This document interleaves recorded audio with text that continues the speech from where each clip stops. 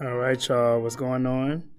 Here are your notes for EL3, looking at poetry and tone. Your homework tonight, if you decide to do this particular assignment, is to read the Ballad of Birmingham and determine the tone for that. And actually, because we've been, since today was about supporting a tone, we kind of went through and that kind of gave it to you so you know it's sentimental today. So how does that poem support a sentimental tone? And be very clear with that. So as you see on our notes today, we're talking about tone. And tone is what the poet wants you to feel based on how they felt when they wrote it. So it's not your personal feeling based on what's going on in the poem. It's what was the poet possibly feeling when he or she wrote it. All right. The way that we want to think about this is, one, make sure you summarize the poem. So get an understanding about what the poem is about. So in that way, you can be very clear in terms of when I'm thinking about tone, am I thinking about the poem and who's in the poem and what they're going through? Or am I really thinking about the story that the poet wanted to tell and what he or she was feeling for them to write the poem? Because that's what you want to do with tone. Two, then you want to think about, is it positive, negative, or neutral? We gave a packet. The packet has a list of positive tones, negative tones, and neutral tones. And so you will go through that packet depending on what you feel. From that point, so then ask yourself about the interpretation. So the meaning of the poem. Is the meaning of the poem negative, neutral, or positive? From there, ask yourself about the time period. Based on what the poem is about. What was going on during that time period that is possibly the reason for the poet writing the poem? And is that one particular event or issue a negative, positive, or neutral issue or event? And then lastly, really focus on figurative language use, any imagery, any metaphors, any similes, personification, but also pay attention to the verbs and adjectives used in the poem as well. What language does the poet use to make sure that his or her feeling gets across?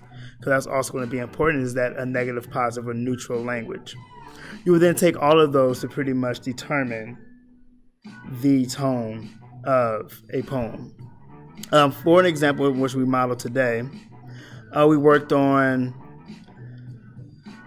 can't really see all of it, but we worked on the mother to son. And so we know that this was a poem about a mother telling her son that life for her was hard, but she continued to push through. And that even when life gets hard for him, he should push through.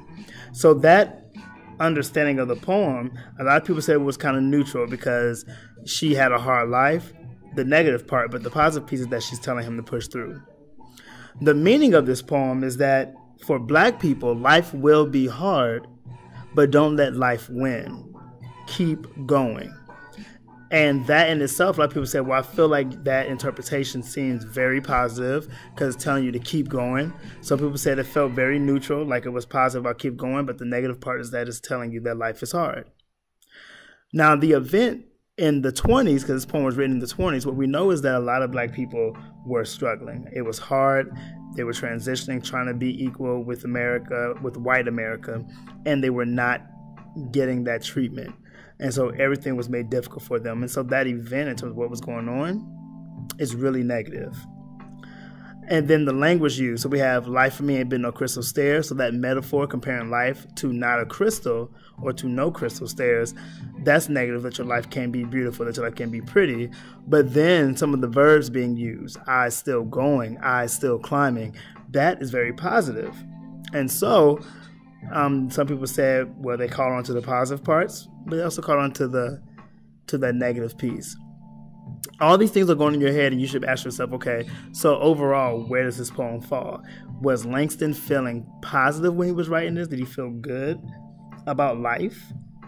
Or was he feeling negative about life? Or was he somewhere in the middle? Was he feeling neutral about life?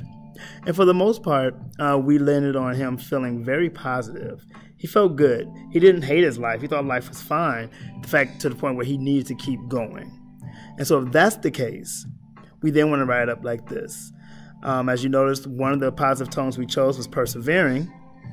because it pretty much is talking about overcoming obstacles and keep pushing yourself, which could also have been, as some people said, motivational. Some people said he could have been very optimistic about life and very hopeful, which are really great tones as well. But you would write it up similar to this. And that's pretty much what your homework assignment and notes are if you decide to do that assignment today. Ballad of Birmingham. Again, D was the better answer. It was sentimental. So what about that poem makes it sentimental? Was it some of the language? Be able to explain what language in there makes it sentimental, the meaning of the poem, or the summary, or the summary. So that is what I expect. Good luck.